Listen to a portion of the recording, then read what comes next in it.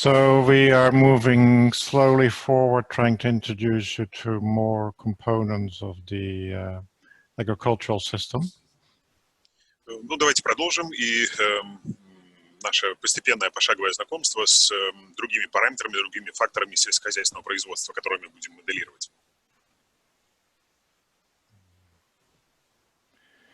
So I've showed this slide 2 weeks ago. 2 недели назад вы уже видели этот слайд. So hopefully you remember. So on the top we have what we call potential production. So again, to remind you, this is the yield we can obtain under non-limiting conditions.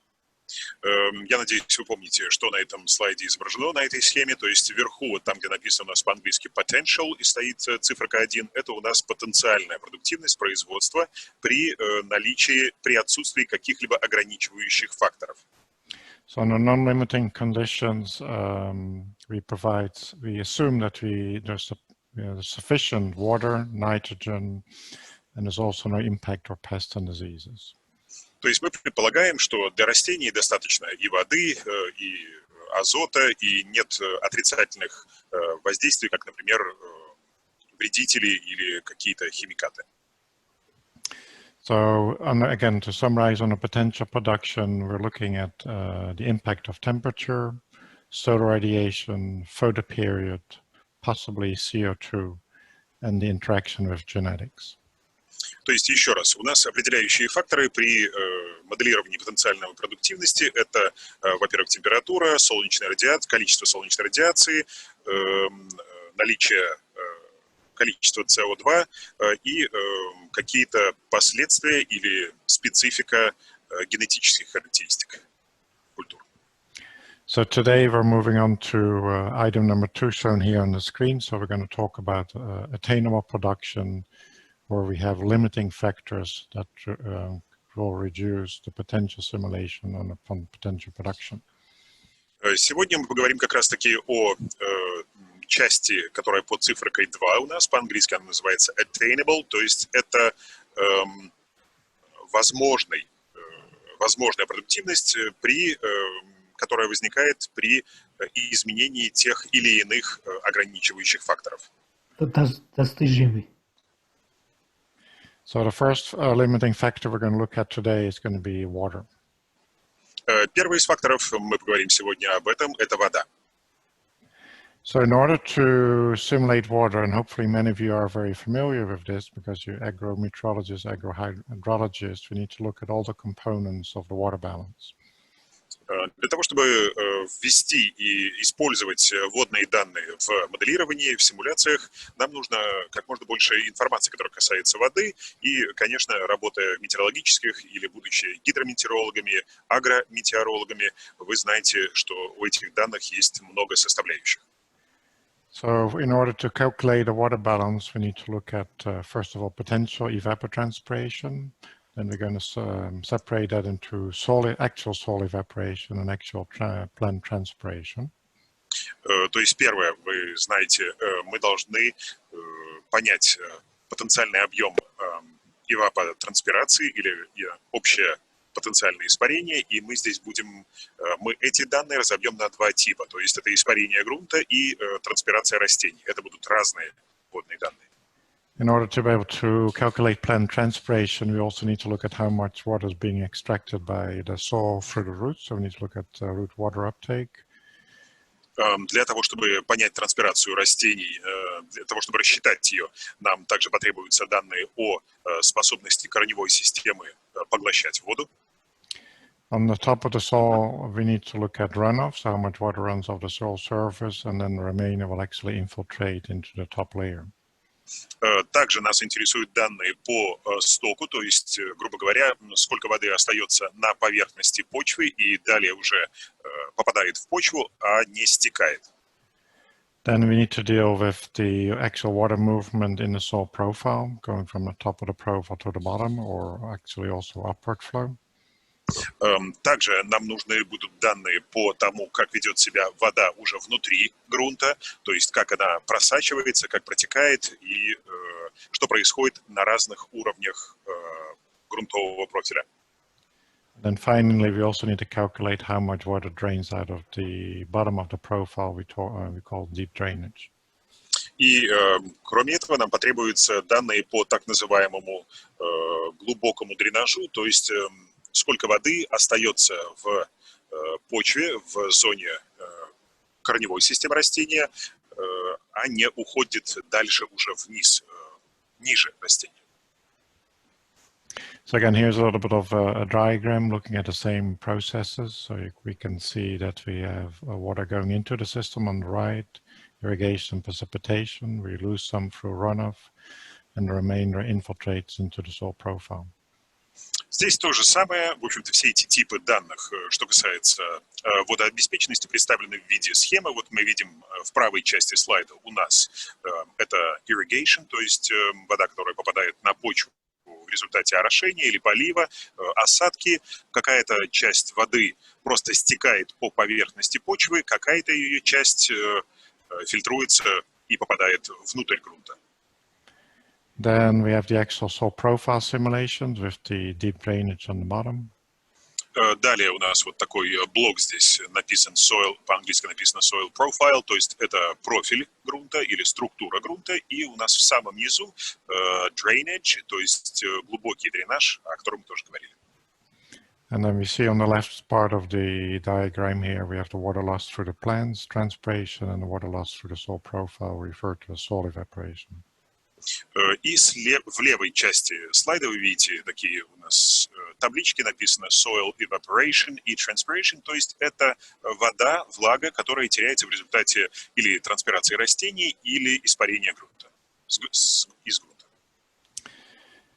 So in order to look at the soil profile itself, we assume that there's only horizontal layers. So we have, for each individual soil layer or horizon, we calculate the soil water content, and then we also calculate the exchange of water between individual soil layers, either downward flow or upward flow.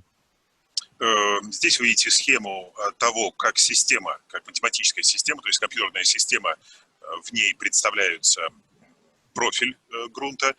Для целей моделирования мы предполагаем, разделяем условно грунт только на горизонтальные зоны, то есть на горизонтальные полосы, и, соответственно, учитывается, во-первых, сколько влаги попадает в каждый из этих слоев и каким образом вода перемещается из грунта в грунт, из слоя грунта в другой слой, вверх или вниз. So 2 weeks ago, we briefly talked about the state variables, which define the state of the system. So when we talk about soil moisture, looking at the soil system, in this case, soil water content will be defined as a state variable. На прошлой неделе или в прошлый раз мы, если помните, говорили о переменных состояния системы. Так вот, как раз-таки данные по водному балансу и относятся к этим данным. Это переменные, которыми задается или параметризируется состояние системы. So in order to be able to calculate the soil moisture content in our system, we work with 3 critical variables. Для того, чтобы рассчитывать математически влагосодержание грунта или почвы, нам требуются 3 главные переменные. So the first one we call in our system lower limit, that is defined as the water content after all the roots have extracted the water. And this could be equivalent to what you might be familiar with as permanent wilting point.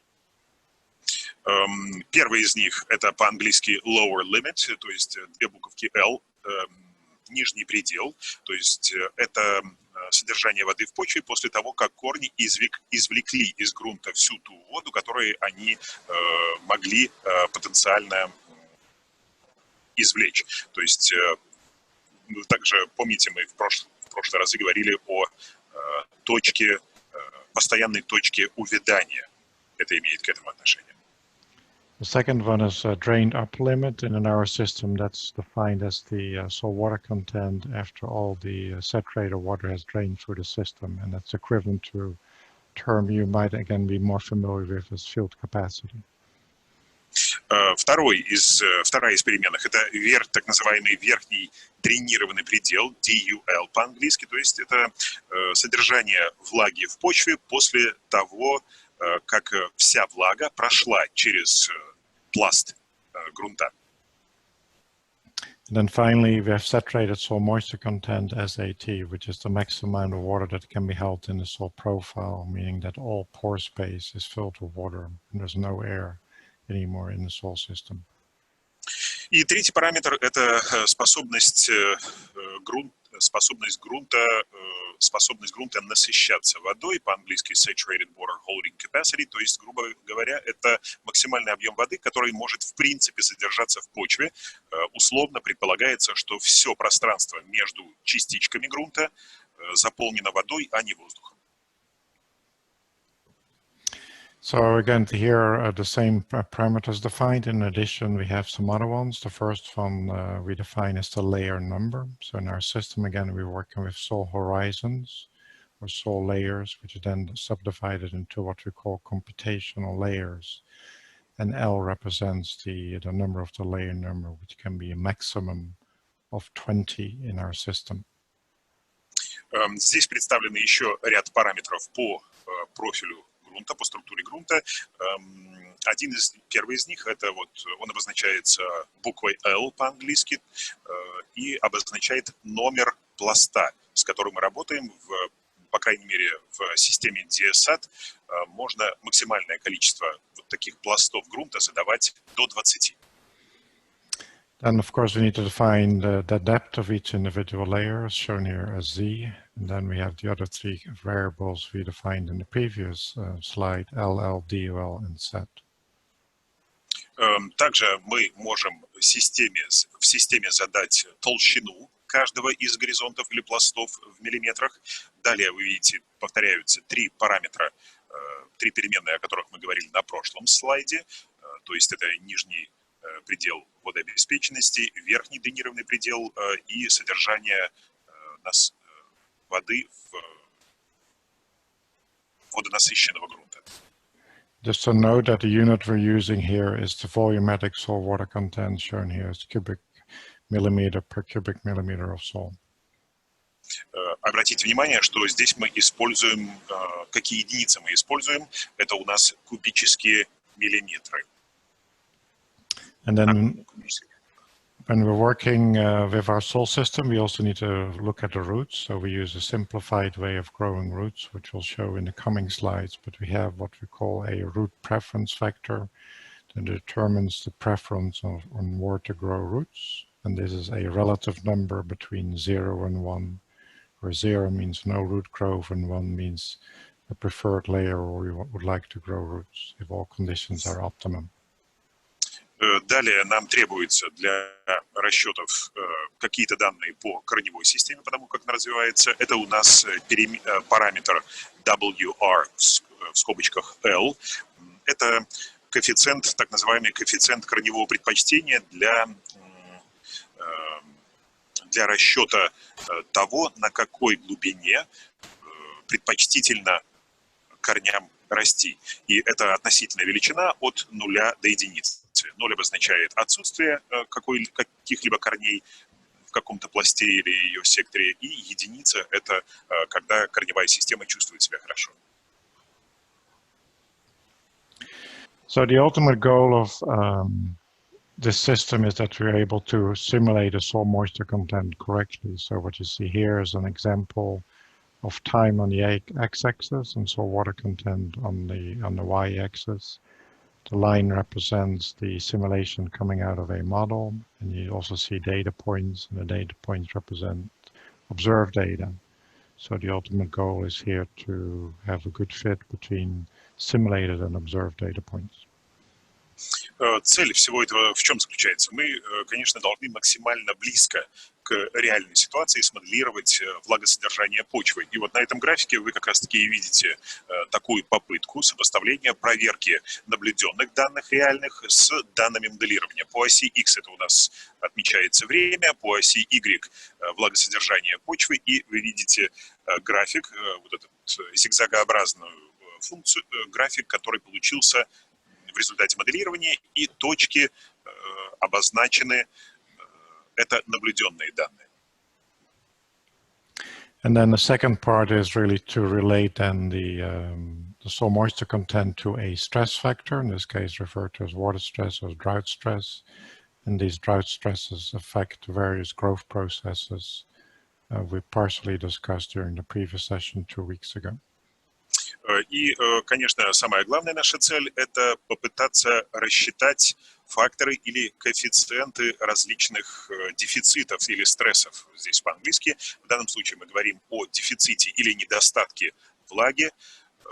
Мы говорили о том на предыдущих занятиях, о том, что вот эти факторы стресса или дефицита, они существенно влияют на то, как растет растение, поэтому нам нужно знать, какая их величина. In our system, we define stress when the plant is unable to replace the water that is being required for the atmosphere. So we compare the atmospheric demand for potential ET, potential transpiration, with the potential supply through the root system. То есть, что касается воды, стресс или дефицит в нашей системе мы понимаем как состояние или количество воды, при котором растение не может компенсировать, не может вернуть влагу, которая уходит из растения, то есть транспирируется из растения в атмосферу за счет поступления воды из каких-то других источников. So in generic terms, if the supply is less than the demand, then we have stress. То есть, так, если совсем упрощать, то можно сказать, что стресс или дефицит какого-либо фактора, какого-то вещества возникает, когда в систему входит меньше этого вещества или материала, чем из нее выходит. То есть возникает дефицит.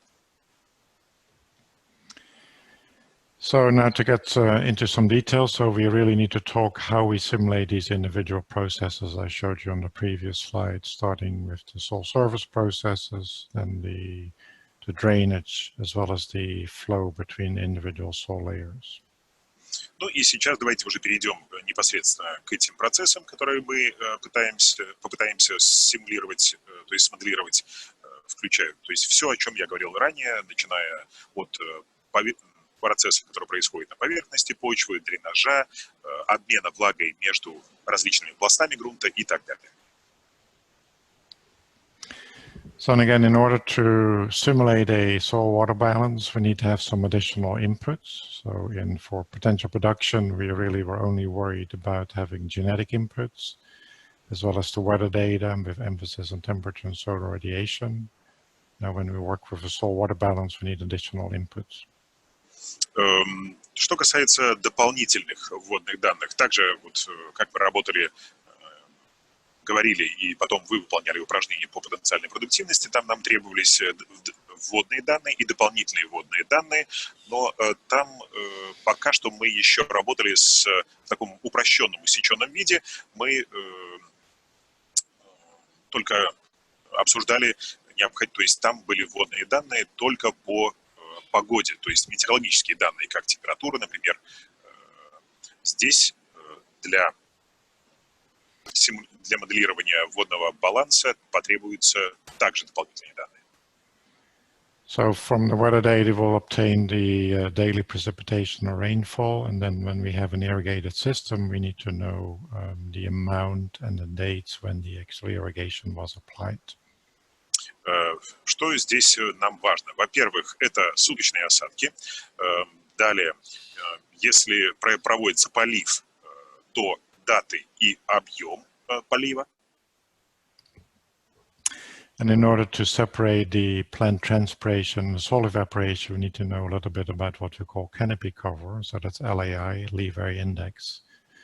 And we also need to then be able to calculate root water uptake. So we need to connect the root length density with root biomass, which allows you then to calculate water uptake.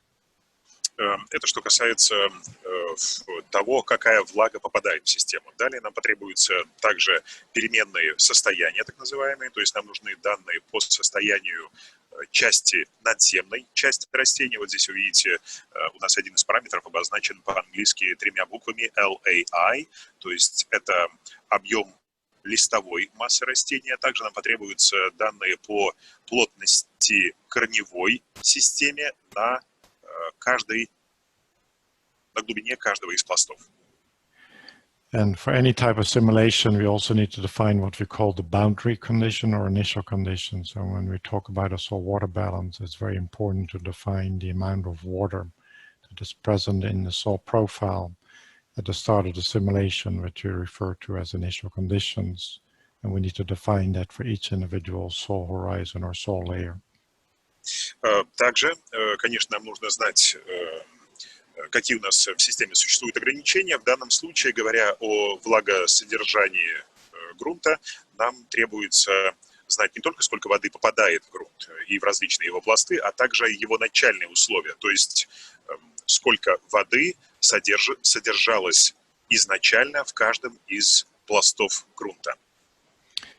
And there are a few other parameters which define this input in what we call our species genetics file. We refer to as K-trans and K-canopy to deal with the partitioning between leaf area, transpiration, and soil evaporation. И еще один тип или группа параметров относится к растениям. Они обозначаются буквенными кодами K-trans и K-can, то есть это характеристики надземной части растения, а эти данные нам важны для того, чтобы понять, сколько влаги теряется в результате испарения и транспирации. So again, here is a very simple way of looking at the calculation of the mass balance. So we're looking at water flow.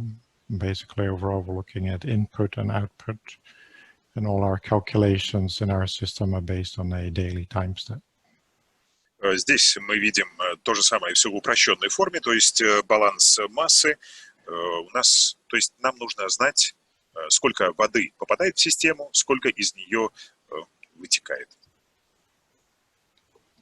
So again, to summarize, we're looking at the net rate of change of the amount of soil water in the soil profile on a daily basis. So the inputs are going to be precipitation and irrigation using millimeters per day. We're going to have runoff at the top of the soil surface. We got drainage out of the bottom of the system, and we got soil evaporation and plant transpiration. То есть еще раз повторим. Значит, нам нужно рассчитать среднюю или чистую скорость изменения влагосодержания в грунте в единицах, то есть в кубических миллиметрах. Это вода на площадь, то есть на единицу в квадратных миллиметрах. Далее нам требуется информация по осадкам в день, также в миллиметрах количество орошения, то есть воды, которая попадает в грунт при поливе, также в миллиметрах, поверхностный сток в день в миллиметрах, дренаж внешней части грунтового профиля, также в миллиметрах, испарение с поверхности грунта и транспирация с растений. So the first one we need to look at is calculating runoff and soil infiltration. So infiltration is basically the difference between precipitation coming in, irrigation going in, and runoff. Первое – это у нас инфильтрация, по-английски infiltration, то есть это разница между суммой осадков и воды поливной и той воды, которая просто стекает с поверхности грунта. For runoff, we're using a method called the curve number method, which was developed in the United States by the NRCS, Natural Resource Conservation Service. And it's based on a daily total amount of rainfall and irrigation. And it also is controlled to an extent by the soil type, the type of management that occurs, as well as soil cover. Соответствующие данные рассчитываются по кривой организации NRCS США. Это Национальное агентство по охране природы. о охране природы, да, скажем так. То есть эта база данных, она учитывает, во-первых, суточные осадки, там учитывается и специфика грунта, то есть поверхности грунта, какие мероприятия проводятся по управлению, какие землеустроительные работы производятся, типы грунта. It's a fairly simplified method, but it allows us to be able to, using qualitative terms, to define the inputs as well as the slope of your area you're working with. So in this case, CN of 0, runoff curve number 0, means no runoff. The CN of 1 means that all precipitation or irrigation actually runs off the system. Ну и для того, чтобы можно было использовать эти данные при моделировании, также условно берутся два, то есть диапазон значений между двумя крайними значениями. Это CN, который равен нулю, то есть нисколько воды не стекает с поверхности грунта, и 100, когда все осадки стекают как бы по поверхности грунта, не попадая внутрь. So here is an example of what it looks like. On the x-axis, you see precipitation expressed as millimeters per day, and runoff shown on the y-axis also millimeters per day. And on the left, you see the CN100, which basically shows that all the precipitation that enters the system is immediately disappears through the runoff. Здесь вот мы видим это в схематическом представлении, то есть по оси X у нас это осадки в миллиметрах в день, по оси Y это у нас сток в миллиметрах в день, и вот мы видим функцию, которая обозначена CN равно 100, то есть это условное обозначение того, что все осадки, которые падают на грунт, они 100% все стекают, не попадая вовнутрь. Then we also see an example of CN75, which again, a large amount of the water that actually potentially is coming in through precipitation is lost through runoff and is modified by having a wet soil or a dry soil. So for a dry soil, runoff is slightly less. For a wet soil, runoff is even higher. Далее у нас есть сплошная линия, которая обозначена кодом CN75, то есть это ситуация, при которой достаточно большое количество воды не попадает внутрь грунта, то есть, опять же, стекает по поверхности, но в зависимости от того, в каком состоянии изначально находится грунт, вот мы видим здесь пунктирную линию wet, то есть мокрая почва, и dry, сухая, при различном состоянии грунта также система будет вести себя по-разному. And on the right, you see the curve expressed by runoff coefficients of 40, where most of the water that comes in through precipitation actually infiltrates. And again, it's modified by a wet soil or a dry soil. Or dry soil, we have more infiltration, and a wet soil, we have less infiltration. И далее, в самом нижнем правом углу у нас ситуация, которая описывается, здесь вот кодовое обозначение CN40, то есть большая часть осадков попадает внутрь грунта, и также в зависимости от изначального состояния этого грунта, насколько, то есть влажный он был или сухой, мы видим, эти параметры меняют в целом ситуацию, то есть сколько влаги усваивается, скажем так, попадает в грунт, а сколько нет. This shows an extensive table of the various runoff numbers associated with hydrologic group, as well as the type of ground cover and management.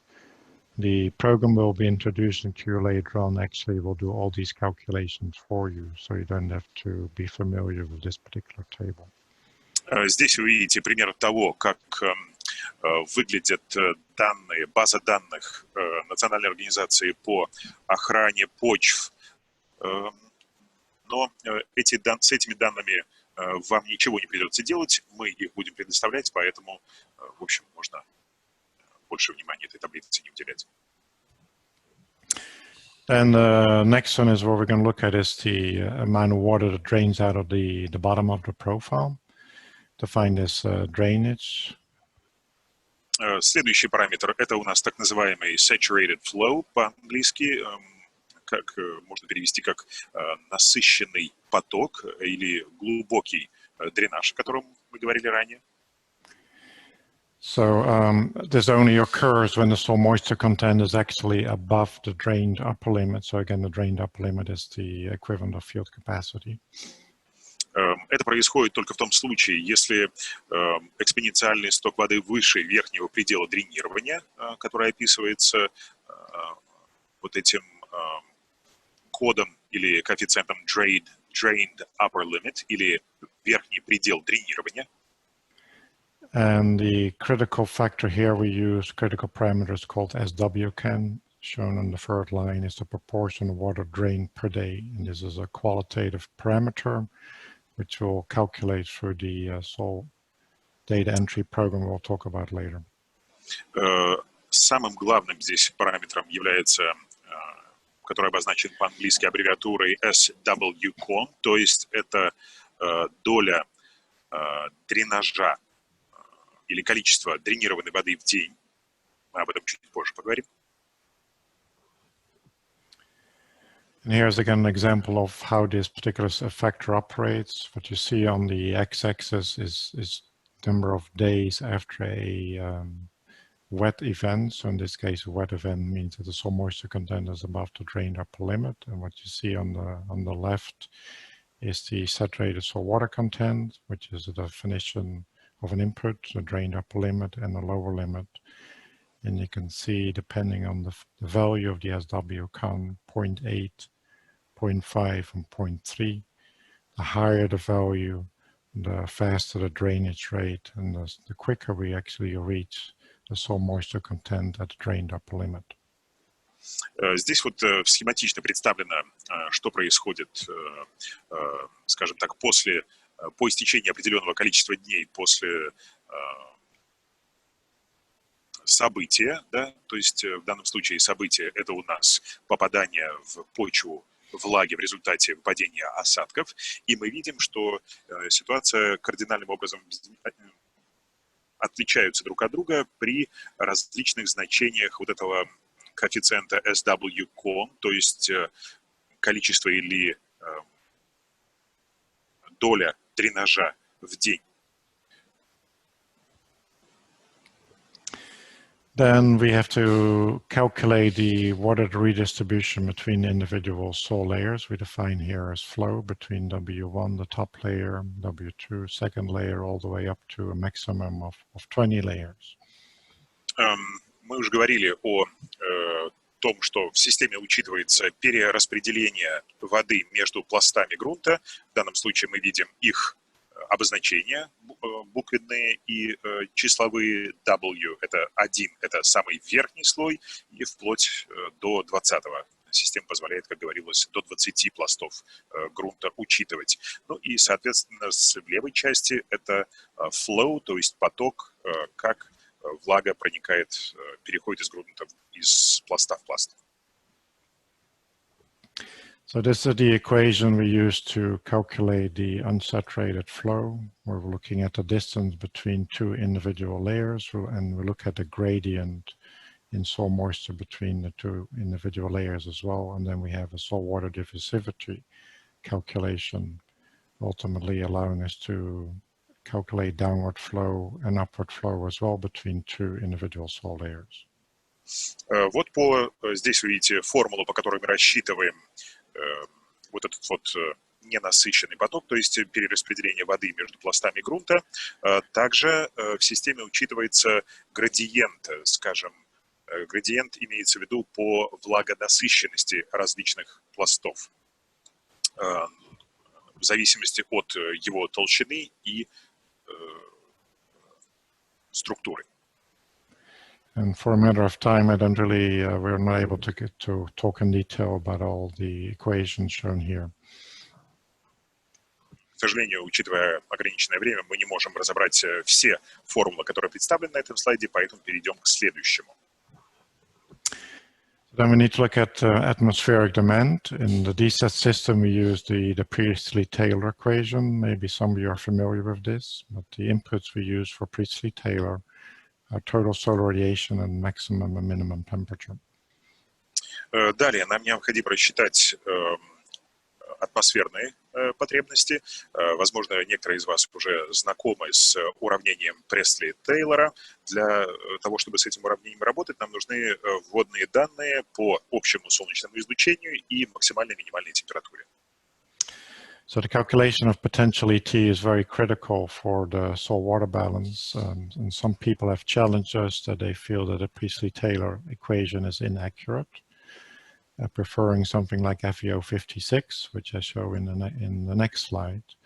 But one of the issues we have is to be able to obtain accurate information for the calculation of potential ET. Знание о потенциальной эвапотранспирации, это, конечно, очень... То есть знать, какая она, это очень важно для моделирования. И, в общем, есть ученые, которые сомневаются или ставят под вопрос достоверность данных, которые получается при расчете по формуле, по уравнению Пресли-Тейлора, и в своих работах используют другую формулу, о которой мы чуть позже поговорим. Она называется FAO56. So what we do require here as input is maximum minimum temperature, which are readily available. But what we saw in the previous presentation or demonstration by Vakhtang, even total solar radiation is not always available. But we need to have total solar radiation at least as an input here in order to be able to calculate potential ET. В любом случае, в качестве вводных данных, исходных данных нам требуются данные по общему солнечному излучению. Следует сказать, что эти данные не всегда доступны или их получить очень сложно, но и данные по максимальной и минимальной температуре. Вот вы как раз-таки с доктором Вахтангом Шейли выполняли упражнения по внедрению в систему, в модель данных по температуре.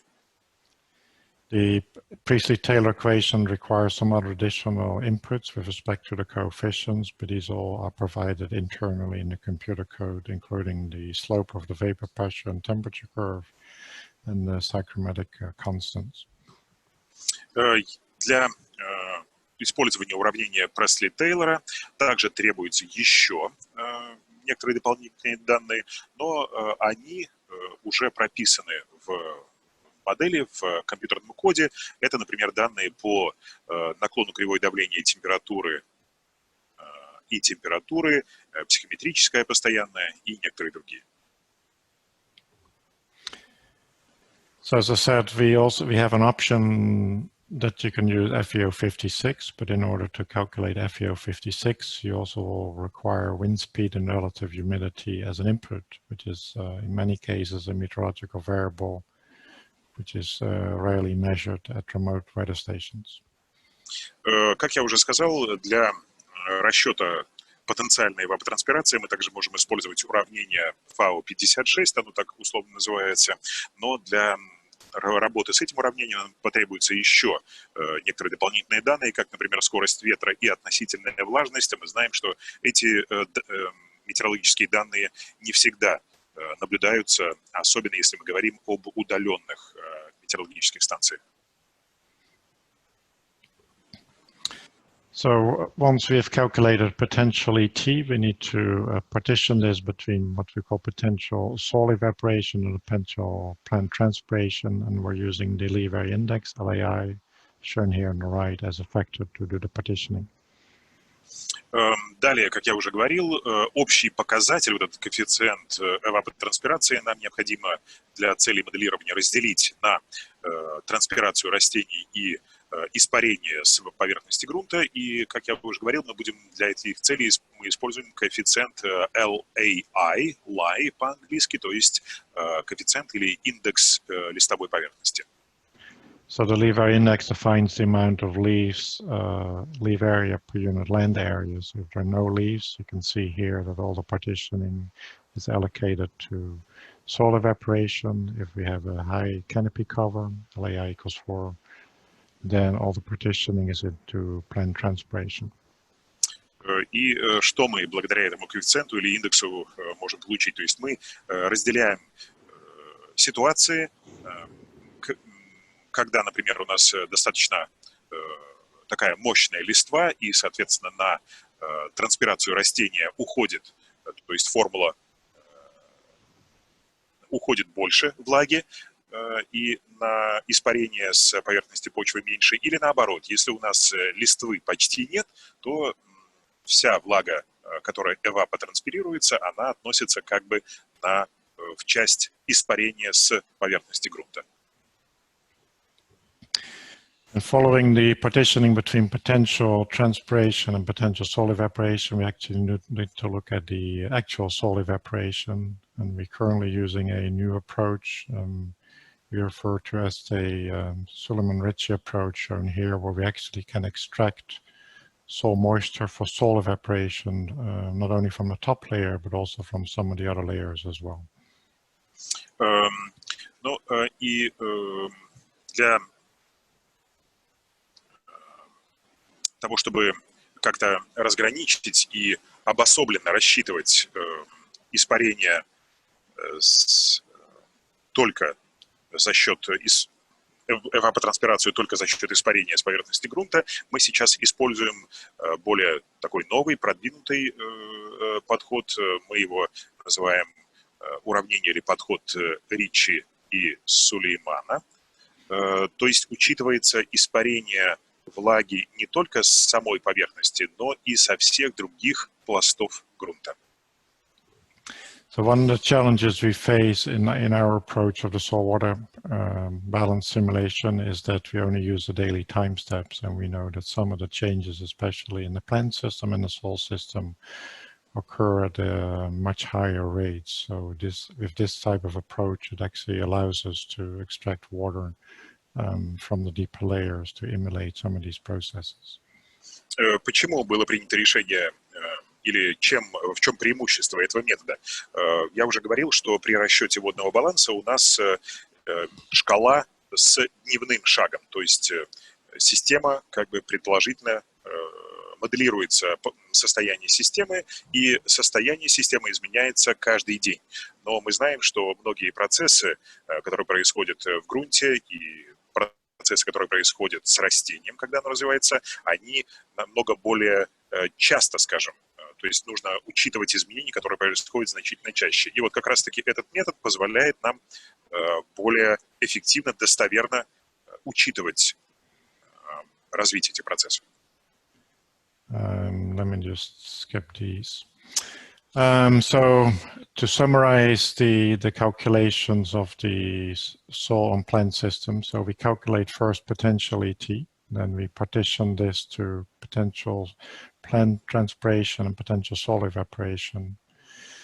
Then we calculate the soil limited evaporation rate, and that at the end gives us the actual soil evaporation rate. So we calculate, this gives us the minimum of the two. So potential soil evaporation, the actual soil evaporation, the minimum of the two gives us actual soil evaporation. Go ahead. Значит, резюмируя, да, что касается расчета эвапотранспирации, вы помните, да, что сначала мы рассчитываем потенциальную эвапотранспирацию, это вот ET, да, обозначается эвапотранспирация. Далее мы разделяем общие показатели или коэффициент эвапотранспирации на испарение грунта и транспирацию растений. Далее мы рассчитываем скорость отклонения, скорость испарения с грунта, фактическое испарение грунта, и при сопоставлении этих параметров мы получаем минимальное испарение с грунта. Then after we've calculated the actual soil evaporation, we adjust the potential transpiration. So we summarize from potential ET, we subtract the actual soil evaporation. That now gives us an adjusted potential plant transpiration, which we compare with the potential uptake. Далее мы проводим повторные вычисления, то есть уже на основании известного фактического испарения грунта, это у нас ИС, да? У нас есть потенциальная эвапотранспирация, и уже мы получаем более достоверные, более приближенные к реальной ситуации данные по общей эвапотранспирации. То есть здесь учитывается и испарение грунта, и транспирация растений. Then to finally, we calculate the actual plant transpiration, which is the smallest of the value of the potential root water uptake and the potential demand. And then to calculate the actual evapotranspiration, shown on the bottom line here, we sum up the actual soil evaporation and actual plant transpiration. Значит, это нам дает возможность уже рассчитать при наличии всех этих данных, сколько же воды, в конце концов, поглощается корневой системой, и после этого мы уже рассчитываем фактическую транспирацию растениями и фактическое испарение.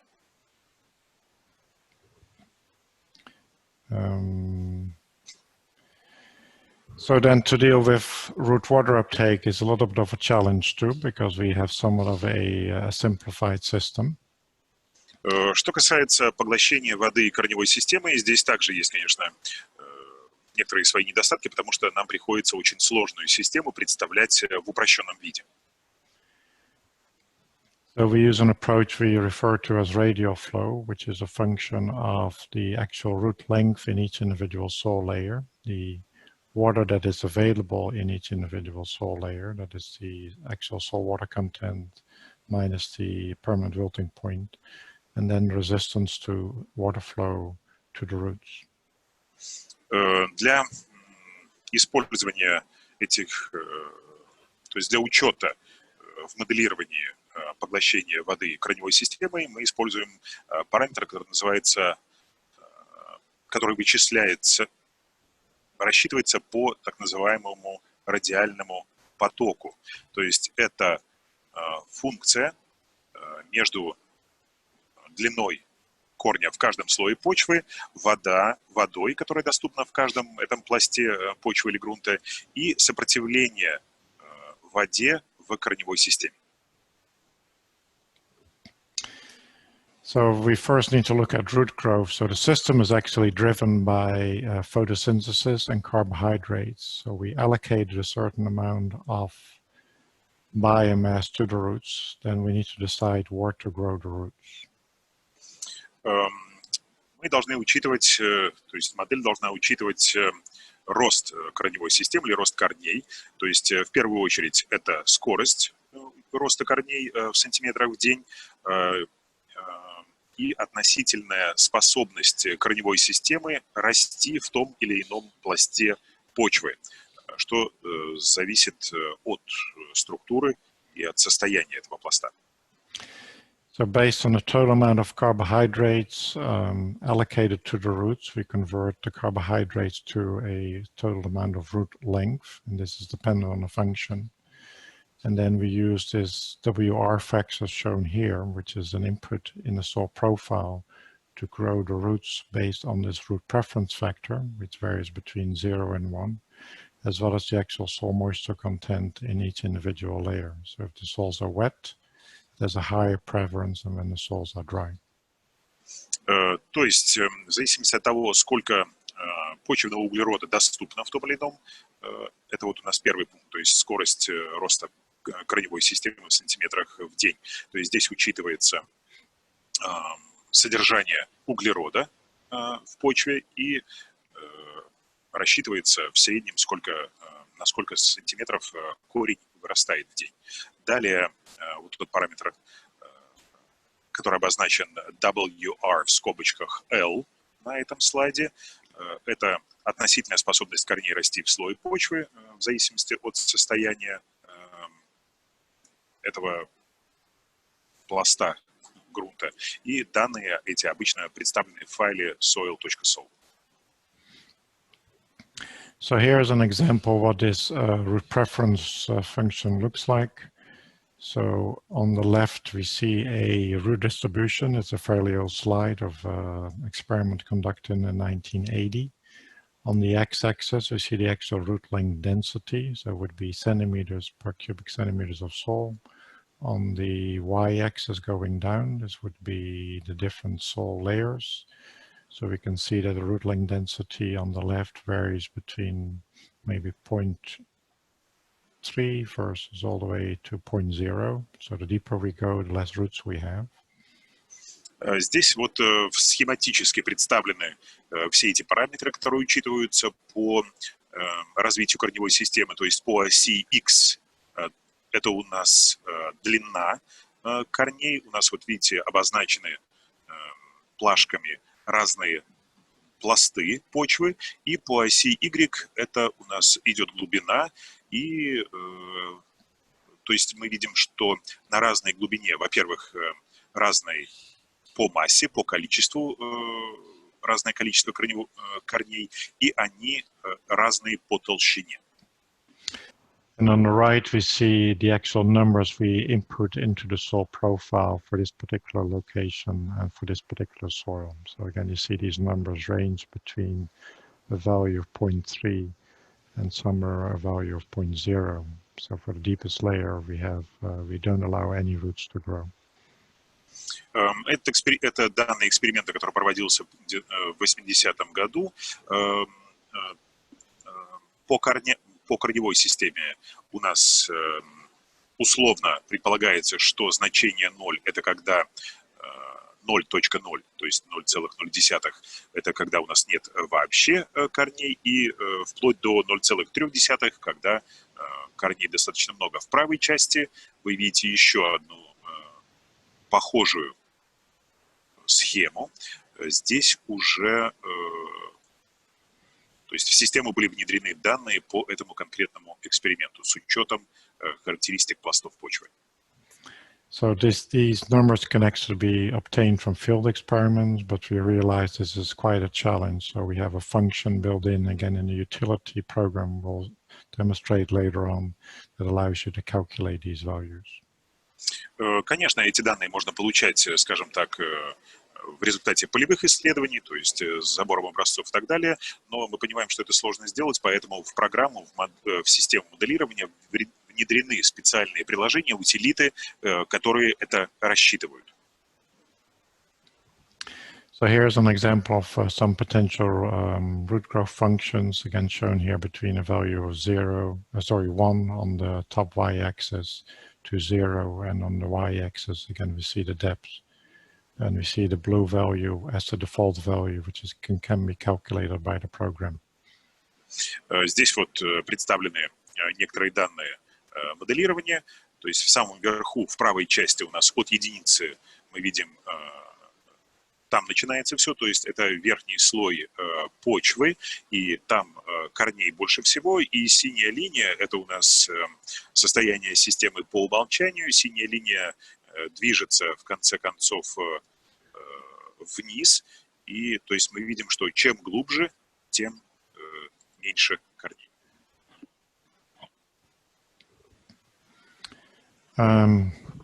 So this shows again a little bit of a summary of how we grow the roots. So when the layers are dry, we reduce the amount of root growth in the top and in those layers.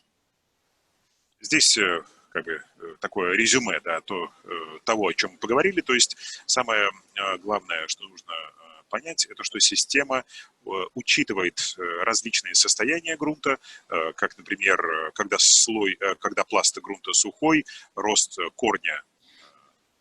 корневой системы снижается, и в модели это учитывается.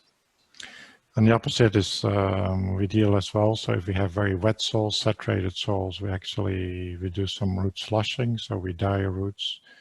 So over time, for very wet soils, again, we actually emulate drought stress under those conditions. Соответственно, если влаги достаточно, корневая система чувствует себя нормально в этой модели. И опять же, с другой стороны, система учитывает состояние корневой системы в водонасыщенной почве, то есть это тоже плохо для растения, и в соответствии то есть модель учитывает ситуацию и убирает, скажем так, да, или учитывает, что при слишком большом количестве воды корни будут развиваться тоже не очень хорошо, так же, как и при дефиците влаги. And of course, early during the season, we cannot grow roots in deeper layers. So in addition to the partitioning of the roots, we also calculate root depth. So we start at the top or in the top layer when we have germination occurs, and then using degree days, we slowly allow the roots to grow, penetrate deeper layers. И, конечно, мы понимаем, что в самом начале, то есть после того, как только растение было посажено в первый период, мы не можем иметь никаких корней в более глубоких пластах почвы. Система это также учитывает. То есть этим самым модель учитывает, в каких слоях вообще в определенный период времени могут быть корни и какое может быть их количество. So let me just skip this. Let me skip this. It's all running out of time. Я пропущу пару слайдов, потому что у нас не хватает времени. So we also need then, we mentioned that earlier, we need to discuss on how the soil moisture content simulation affects the various growth processes. So here shows a summary of how the drought stress, or shown here on the water deficit, affects growth. So we first of all have to deal with what we call expansive growth. This is how the leaves expand. So it has an impact on leaf area, or specific leaf area, as well as canopy height and width. Как я уже говорил в начале, и как мы все знаем, различные факторы, параметры по-разному влияют на состояние растений, то есть какие-то ускоряют, какие-то замедляют, и в том числе система модели учитывает физиологические последствия дефицита почвенной воды. В первую очередь это так называемый expansive growth, то есть это рост, расширение листовой поверхности, на листовой площади. Then it affects also photosynthesis, of course. So we have, on drought stress, we have stomatoclosure. So this affects photosynthesis as well as transpiration. Далее у нас мы должны учитывать так называемые регулируемые процессы, то есть у нас в зависимости от того, насколько сильный дефицит влаги, фотосинтез будет происходить по-разному, и испарение. And it also affects leaf senescence, and then finally, depending on the type of crop we're simulated, it also has somewhat of an impact on what we call plant development. So we briefly discussed that 2 weeks ago. So it would be the number of days to flowering and the number of days to maturity. И то есть учитывается скорость старения листьев и в целом развитие растения. Мы об этом говорили в прошлые разы. То есть все это влияет на то, сколько дней требуется растению для того, чтобы появился росток, чтобы наступила фаза цветения и, в общем, в конце концов, достижение фазы репродуктивной. So in the model, we have what we call 2 drought stress factors. One is TURFAC, is based on, we refer to as Turgas-based drought stress. So these would be the equivalent of expansive growth. So it would be increase in size, height, or width. And we define this as when the potential root water uptake, so the amount of water that can be taken up by the roots on any given day, is less than 1.5, what we define as the potential transpiration rate. Для расчета водного дефицита мы используем 2 основных параметра. Первый из них называется TURFAC по-английски, то есть это засуховый стресс, вызванный или основанный на тургоре, то есть это ситуация, при которой потенциальное поглощение воды корневой системой задается на уровне 1,5, то есть это потенциальная транспирация модели. So basically we calculate potential transpiration, as I showed you in the previous slide. We multiply that by 1.5 and we compare that to potential root water uptake.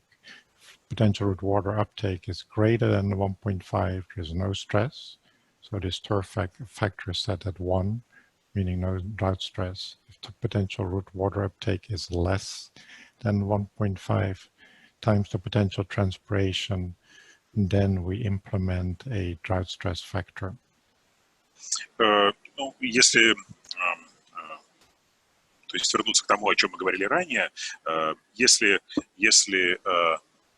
turfAC равен единице, то мы предполагается системой, что не существует дефицита почвы.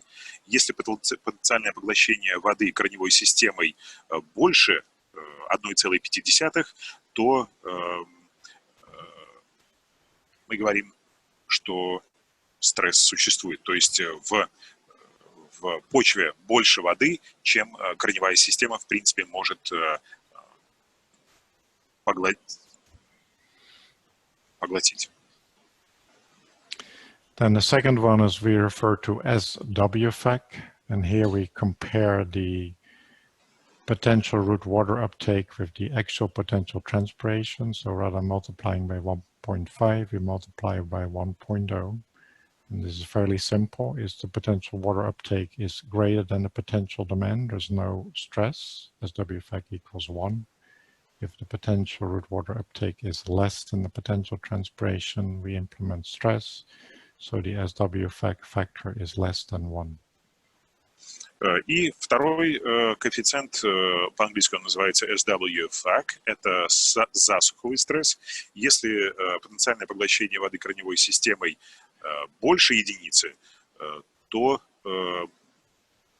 потенциальная транспирация, то этот коэффициент, то есть мы вместо перемножения на 1,5 перемножаем на 1,0. Это у нас потенциальная транспирация. То есть если у нас этот коэффициент равен единице, мы говорим, что нету засухового стресса. И, соответственно, если потенциальное поглощение корневой воды корневой системой меньше единицы, то мы говорим, что этот стресс, этот дефицит присутствует. То есть этот фактор, этот коэффициент получается меньше единицы. So here's an example of how these various stress factor operate. So what you see on the x-axis is the ratio between the potential root water uptake and potential transpiration. On the right, a factor of 1.5, we see turfAC. So when the potential uptake is greater than 1.5 potential demand, there's no stress. If it is less than 1.5, we can see turfAC being initiated. At 1.0, SWFAC is being initiated. И в зависимости от ситуации, от состояния грунта, мы вот на этой схеме видим, то есть когда у нас происходит расширение листовой площади, turfAC у нас составляет 1,5, это у нас мы предполагаем, и модель предполагает, что дефицит какой-либо или стресс отсутствует водного баланса, и при значении turfAC 1,0, а это у нас коэффициент SWFAC, по turfAC стресс существует. So again, the water stress impacts is on photosynthesis, as I showed you in the earlier slides, as well as on leaf expansion. So on photosynthesis, use the SWFAC, the one which is less sensitive to drought stress, and for leaf expansion, we use turfAC, the one which is more sensitive to drought stress. Значит, последствия дефицита или водного стресса на фотосинтез, они также учитываются, в частности, для расширения площади листьев используется коэффициент SWFAC.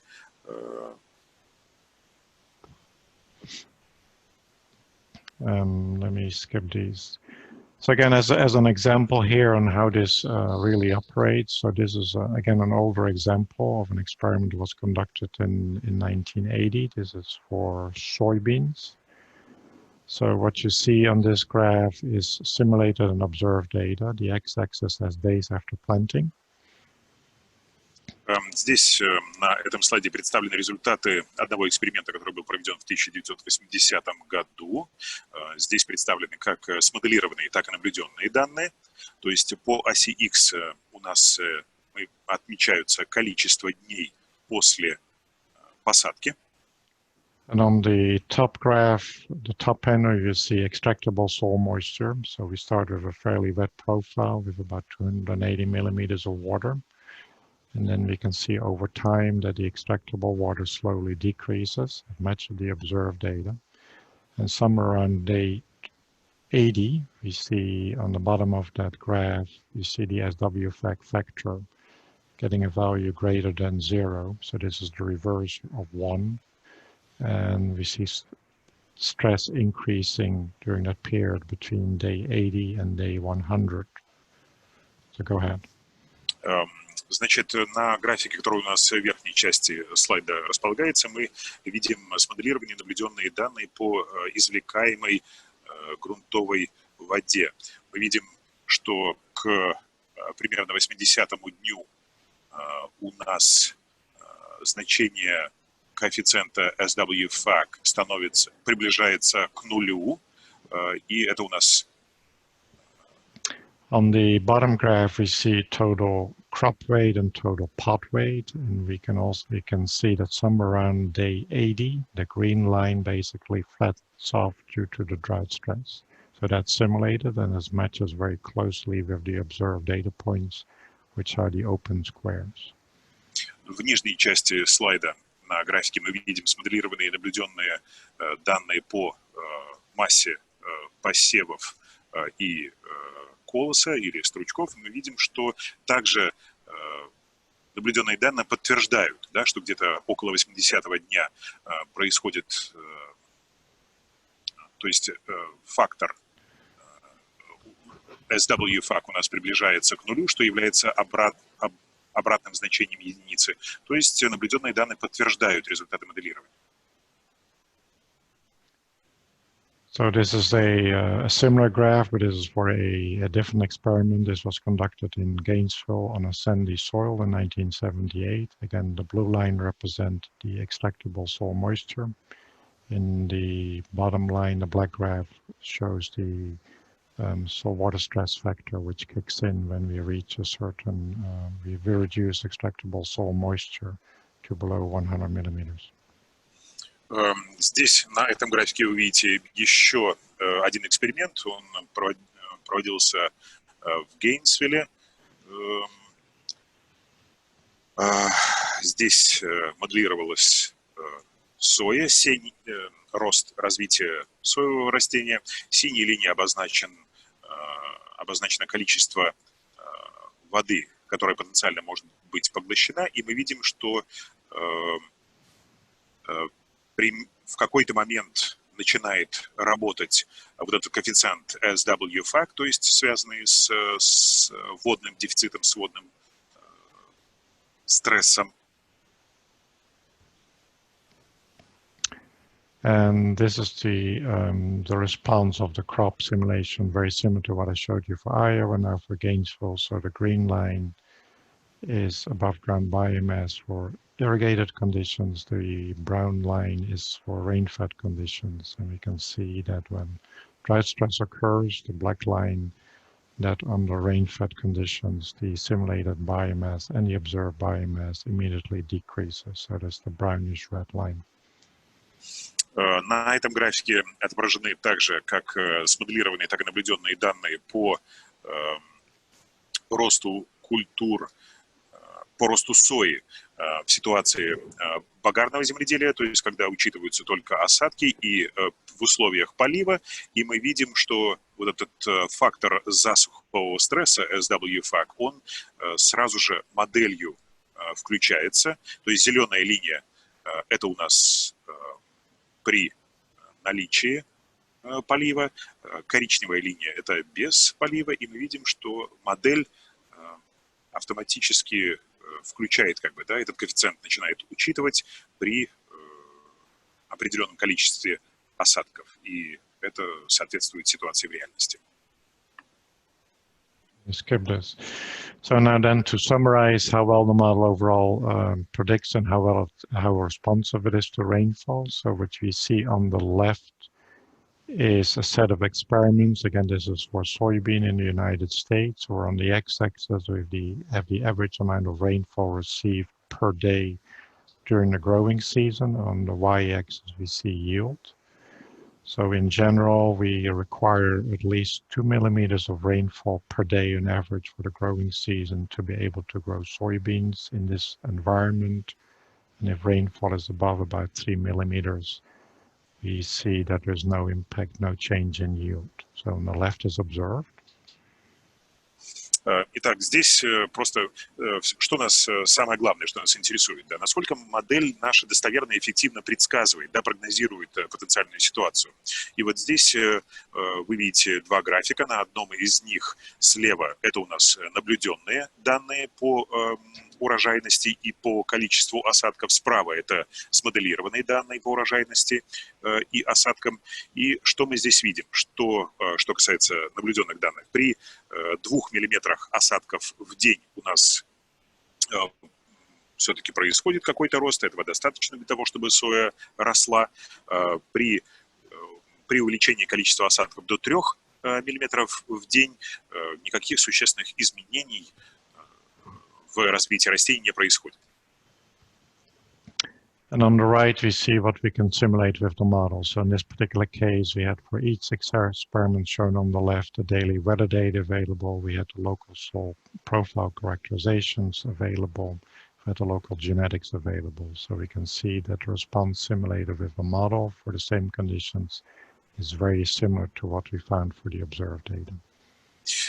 И, конечно, для проведения этого эксперимента у нас было очень много данных доступно, то есть у нас были данные по ежедневным осадкам, по структуре, то есть профилю почвы, по генетическим характеристикам этой культуры, но мы видим, что после внедрения всех этих вводных данных в систему, в модель, она выдала ответ, то есть показала результаты очень схожие с тем, что наблюдалось в реальности. So then to summarize the water balance calculations, so we first compute a potential ET using the Priestley-Taylor equation. Then we partition that between potential plant transpiration and, potential plant transpiration and potential soil water evaporation.